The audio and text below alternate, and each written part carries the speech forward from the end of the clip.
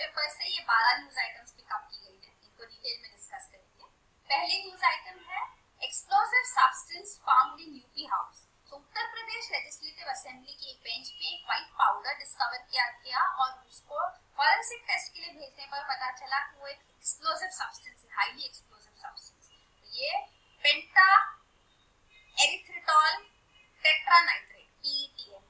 तो ये PETN आप देख सकते हैं एक्सप्लोसिव्स, हाई एक्सप्लोसिव्स में ये सेकेंडरी हाई एक्सप्लोसिव्स में बूस्टर्स में आता है PETN अलोंग विद RDX। तो मेन चार्ज होता है बूस्टर्स होते हैं। तो ये एक्सप्लोसिव सब्सटेंस यहाँ डिस्कवर किया गया। तो उत्तर प्रदेश के chief minister mister Yogi Adityanath ने कहा है कि इसके ऊपर इन्वेस्टिगेशन होना चाहिए by NIA, national investigation agency, कि ये टेररिस्ट कॉन्स्पिरेसी। तो ये है। फिर अगला यहाँ पे PETN के बारे में बताया गया है। पावरफुल सेकेंडरी एक्सप्लोसिव है इसका। ये कमर्शियल ब्लास्टिंग कैप्स के लिए यूज किया जाता है, जो माइंस में ब्लास्टिंग वगैरह किए जाते हैं उसके लिए ये यूज किया जाता है PETN। फिर अगला न्यूज़ आइटम है Indian astronomers discover super cluster of galaxies, name it Saraswati. तो ये एक सुपर क्लस्टर डिस्कवर किया गया। गैलेक्सीज का मतलब गैलेक्सी क्या होता है? गैलेक्सी में बहुत सारे स्टार्स होते हैं। स्टार पूरा जैसे वन स्टार है अपना सन, तो ये सन जो एक स्टार है, हम मिल्की वे गैलेक्सी में, आकाशगंगा गैलेक्सी। तो इस गैलेक्सी के आउटर रीजन में एक छोटा सा जो स्टार है, जो हमारा सन है, उसके अराउंड हमारा पूरा सोलर सिस्टम लोकेटेड है। तो ये हम गैलेक्सी में, एक गैलेक्सी में ऐसी बहुत सारी गैलेक्सीज है और बहुत सारी गैलेक्सीज एक साथ लोकेटेड होती है, उनको कहते हैं क्लस्टर्स। और बहुत सारे ऐसे क्लस्टर्स जब एक साथ होते हैं तो उसको कहते हैं सुपर क्लस्टर। तो रिसेंटली इंडियन एस्ट्रोनॉमर्स ने एक massive super cluster of galaxies को डिस्कवर किया है और उसको उन्होंने नाम दिया है सरस्वती। तो जैसे मिल्की वे भी रिवर के नाम पे है, तो वैसे उन्होंने ये ओल्ड एंशिएंट रिवर है सरस्वती, उसके नाम पे ये सुपर क्लस्टर को नाम दिया है। तो जब सबसे पहला ऐसा सुपर क्लस्टर डिस्कवर किया गया था वो था शेपली सुपर क्लस्टर, जो 1989 में डिस्कवर किया गया था। उसके बाद स्वान ग्रेट वॉल आया जो डिस्कवर किया गया, और जो लैनियाकिया सुपर क्लस्टर है जिसमें हमारा मिल्की वे भी लोकेटेड है, वो 2014 में डिस्कवर किया गया। तो ये सुपर क्लस्टर्स डिस्कवर किए गए हैं और ये सुपर क्लस्टर जो है ये 4 बिलियन लाइट ईयर्स अवे है। ये लाइट ईयर आपको पता होना चाहिए, this is a unit of distance, not of time, distance. Light year is distance travelled by light in 1 year. Something which is, कोई चीज अगर 1 लाइट ईयर अवे है मतलब वो इतना डिस्टेंस पे है जितना डिस्टेंस लाइट को लगता है 1 साल ट्रैवल करके, जितना टाइम लगता है वो उतना distance travel by light, which is huge. तो ये एक्चुअली एस्ट्रोनॉमिकल यूनिट है। एस्ट्रोनॉमी में डिस्टेंस के लिए यूनिट यूज की जाती है वो लाइट ईयर्स है। तो ये जो मासिव सुपर क्लस्टर है वो 4 बिलियन लाइट ईयर्स अवे है। तो वही है, मतलब वो काफी दूर है। तो ये जो लाइट हमको अभी दिख रही है मतलब वो 4 बिलियन ईयर्स पहले वो यहाँ से इनिशिएट हुआ था, लाइट ईयर्स। तो वही है, ये उतना पुराना है ये सुपर क्लस्टर गैलेक्सी, वो पता चलता है। तो अब ये सुपर क्लस्टर्स जो है उनको यहाँ पे स्टडी किया जाता है, गैलेक्सीज को स्टडी किया जाता है और यूनिवर्स के अंदर काफी सारे ऐसे सुपर क्लस्टर्स होंगे। तो हमको अभी एक हमारा एक्सप्लोरेशन स्टार्ट हो रहा है और यूनिवर्स किससे कंपोज्ड है? तो ये यूनिवर्स को स्ट्रक्चर एक्सप्लेन करने के लिए 2 पॉइंट्स को किया जाता है, डार्क मैटर और डार्क एनर्जी। तो ये डार्क मैटर और डार्क एनर्जी क्या होता है? डार्क मैटर मतलब सब्सटेंस। तो ये डार्क मैटर जो है यूनिवर्स में काफी ज्यादा है और ये मैटर लोकेटेड है अलोंग विद डार्क एनर्जी। तो dark energy is non particular. तो ये दोनों मिलके, डार्क मैटर ग्रेविटी को रिप्रेजेंट करता है तो बाइंड करता है, और डार्क एनर्जी पुल करता है, पुल अवे, वो रिपेल करता है। तो दोनों मिलके यूनिवर्स को प्रेजेंट शेप में रखते हैं। तो ये डार्क मैटर डार्क एनर्जी भी हम देखते हैं यहाँ पे। ये सुपर क्लस्टर दिखाया गया है गैलेक्सी का। और ये यूनिवर्स जो हम जो जानते हैं वो नॉर्मल मैटर, जो चीजें होती है जिसमें मैटर है, तो वो सिर्फ 4% है। बाकी का पूरा यूनिवर्स है वो डार्क मैटर और डार्क एनर्जी से बनाया हुआ है। ये dark matter is made of particles, dark energy is non particle. ये अट्रैक्टिव ग्रेविटी और ये रिपल्सिव है। तो ये यूनिवर्स को साथ में रखता है डार्क मैटर, और डार्क एनर्जी उनको पुल करता है। तो वही है यहाँ पे जैसे दिया गया है। तो डार्क मैटर जो है वो पहले काफी ज्यादा था, तभी तो गैलेक्सीज बनी, लेकिन धीरे धीरे डार्क एनर्जी बढ़ते जा रहा है, डार्क एनर्जी पुल कर रहा है। तो जैसे हम कहते हैं यूनिवर्स एक्सपांड हो रहा है, तो जैसे जैसे टाइम जाता है चीजें दूर होते जा रही है गैलेक्सीज वगैरह एक दूसरे से, तो वो डार्क एनर्जी टेकिंग ओवर। ये ऐसे यूनिवर्स को एक्सप्लेन किया जाता है। तो वो है। और ये वही है गैलेक्सीज के बारे में डिटेल है कि गैलेक्सी क्या होती है, सुपर क्लस्टर क्या होता है, जैसे हमने अभी डिस्कस किया। और ये वही है group of scientist, Indian scientist from these institutes, यहाँ से ये एस्ट्रोनॉमर्स जो है इन्होंने ये सुपर क्लस्टर डिस्कवर किया और इसको सरस्वती नाम दिया।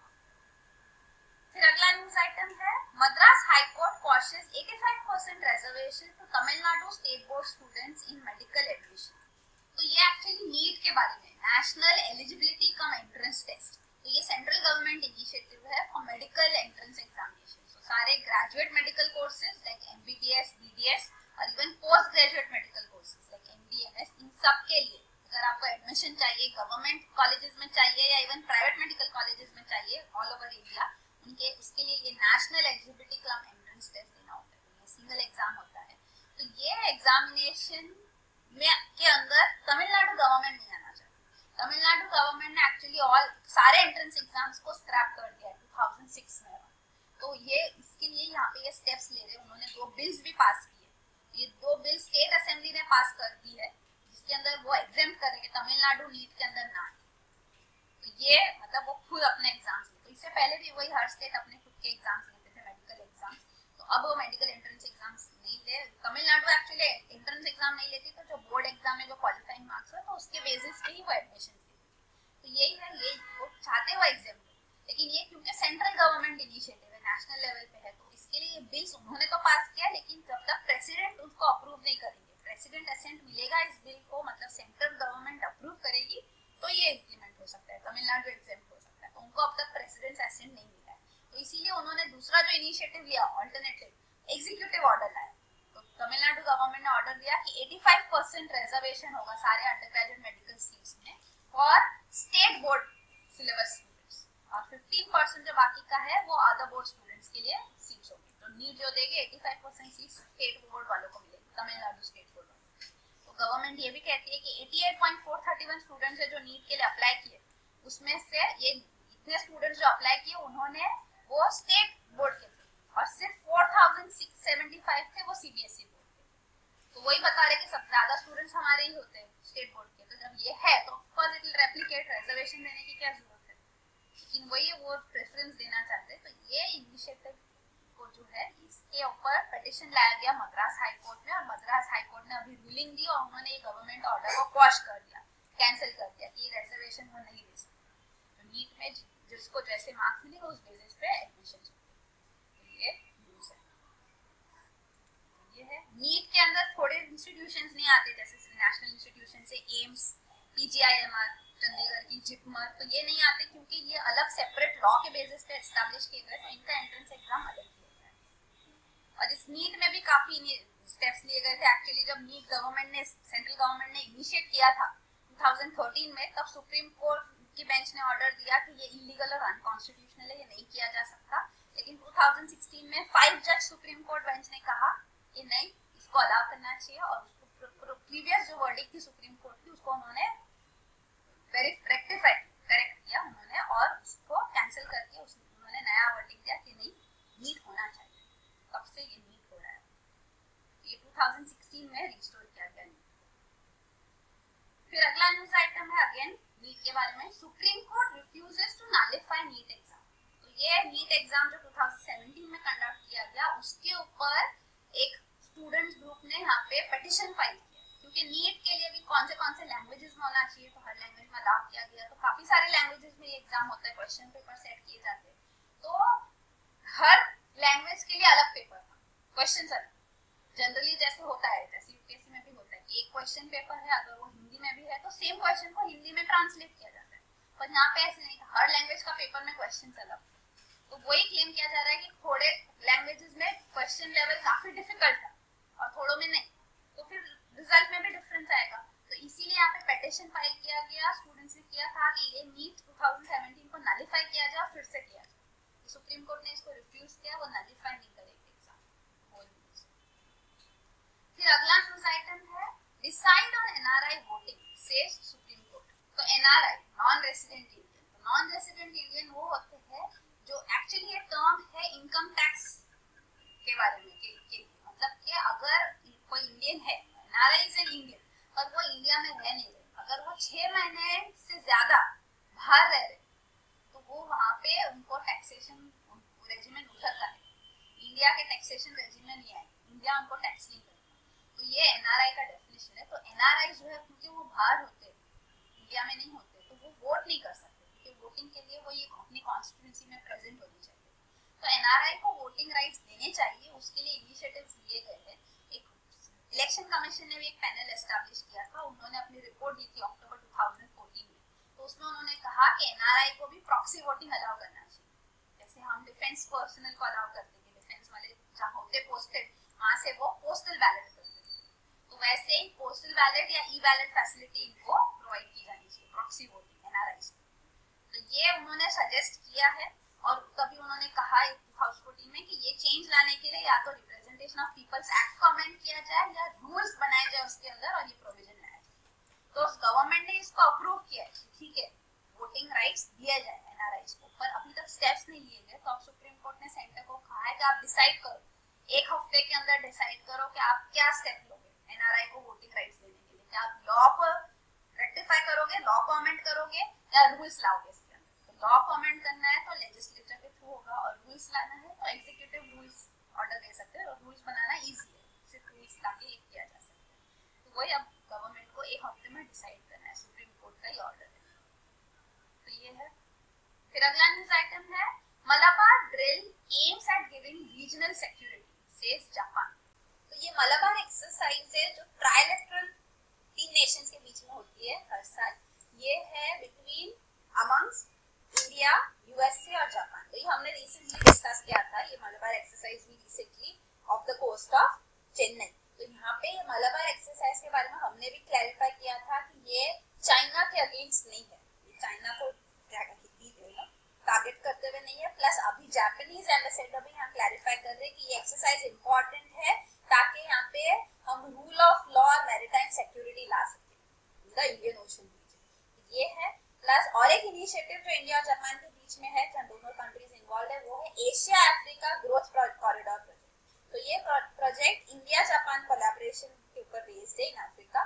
तो ये भी यहाँ पे क्वेश्चन रेज किए जा रहे हैं कि ये भी चाइना को टारगेट करते हुए, तो चाइना का जो बेल्ट एंड रोड इनिशिएटिव है उसको टारगेट करते हुए ये इनिशिएटिव लिया गया है, Asia Africa growth corridor project. तो इस पे भी जापानीज एम्बेसडर कह रहे हैं कि नहीं, ये कोई और इनिशिएटिव को टारगेट करते हुए हम नहीं कर रहे, ये हमारा इंडिपेंडेंट इनिशिएटिव है।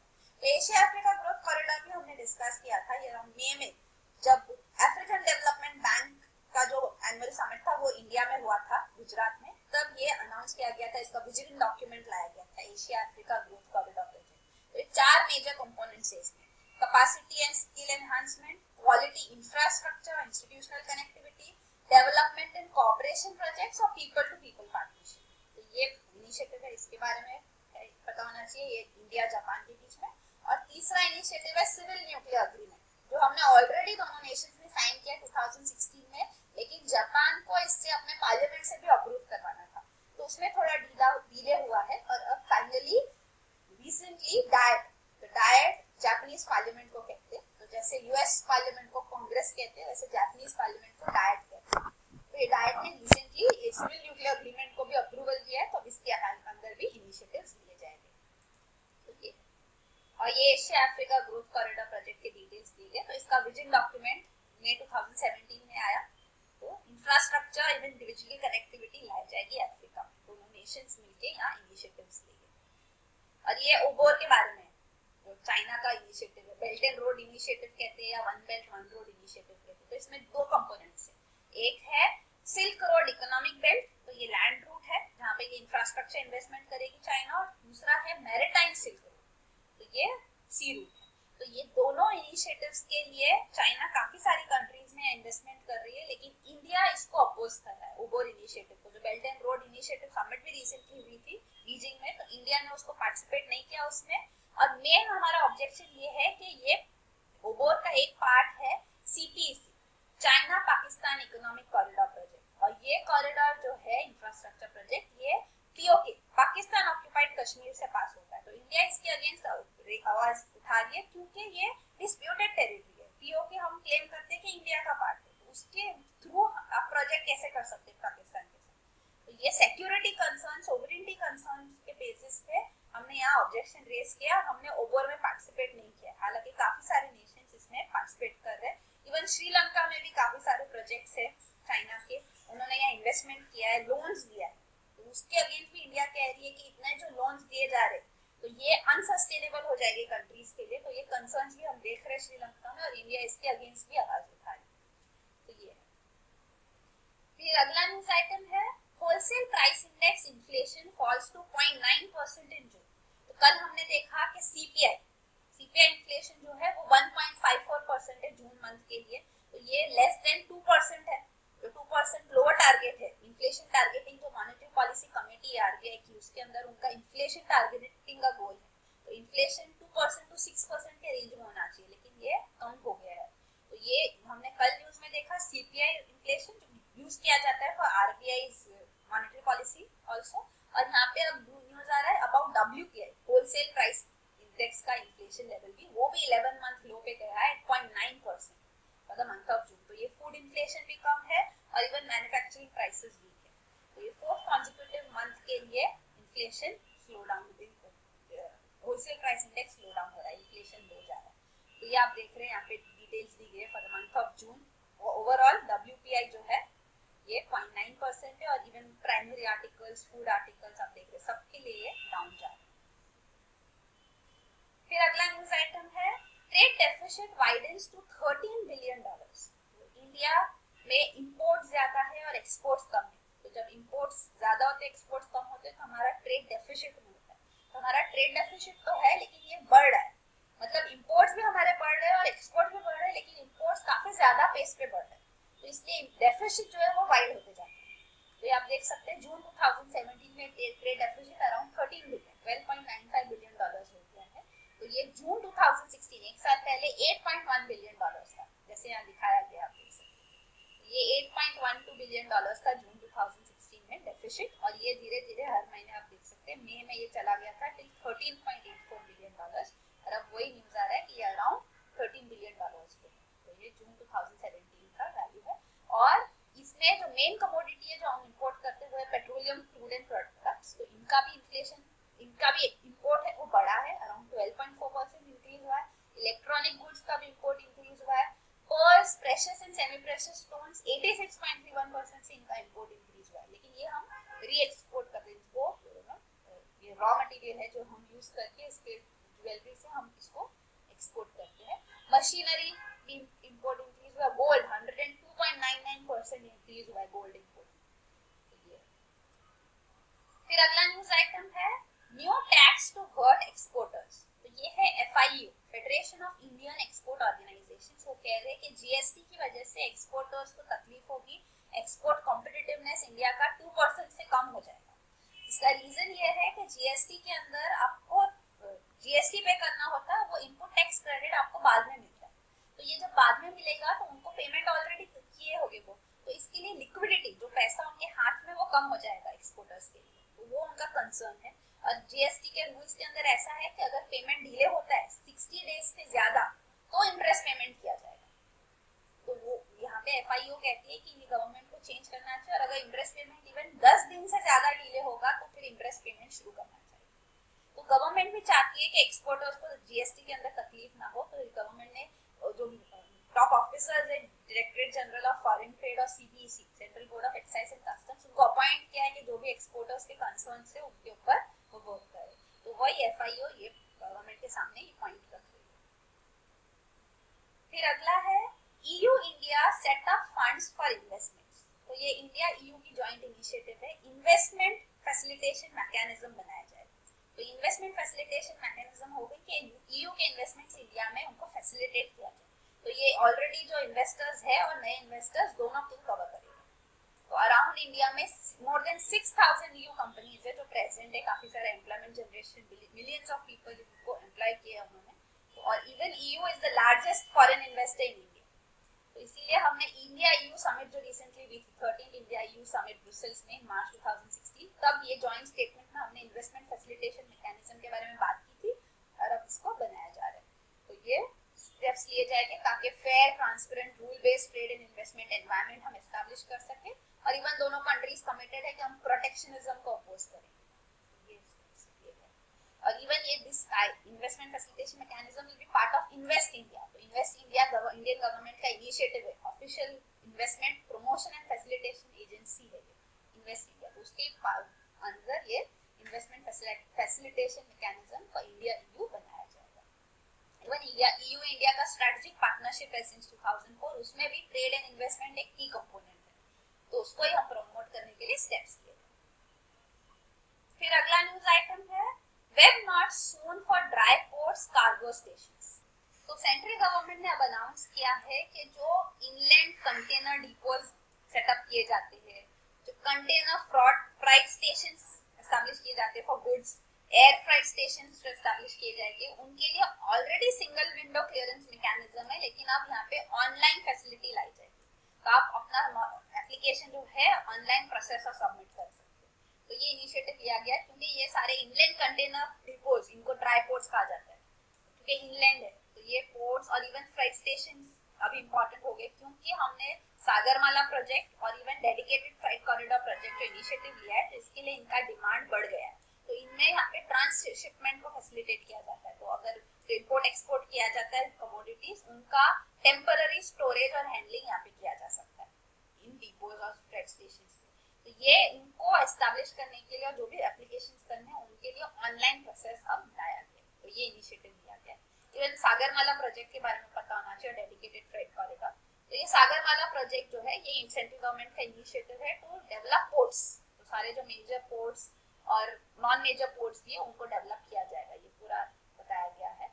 और इवन ये जो है डेडिकेटेड फ्रेट कॉरिडोर जो बताया गया है, यहाँ डिटेल में भी दिखाया गया है, वेस्टर्न और ईस्टर्न डेडिकेटेड फ्रेट कॉरिडोर। तो ये रेल रूट है, तो यहाँ रेल रूट से भी फिर अगर इंपोर्ट्स होने हैं, एक्सपोर्ट्स होने हैं, तो ये फर्दर यहाँ पे जो है पोर्ट्स को कनेक्टिविटी चाहिए, तो ये लास्ट माइल कनेक्टिविटी भी होगी। तो इसके लिए डेडिकेटेड जो यहाँ पे इनलैंड कंटेनर पोर्ट्स वगैरह जो बनाए जाएंगे, तो यहाँ पे उसको फैसिलिटेट किया जाएगा। तो ये इनिशिएटिव है। फिर अगला न्यूज आइटम है centre to grant NIIF ₹20,000 crore. तो ये NIIF के बारे में, national investment and infrastructure fund.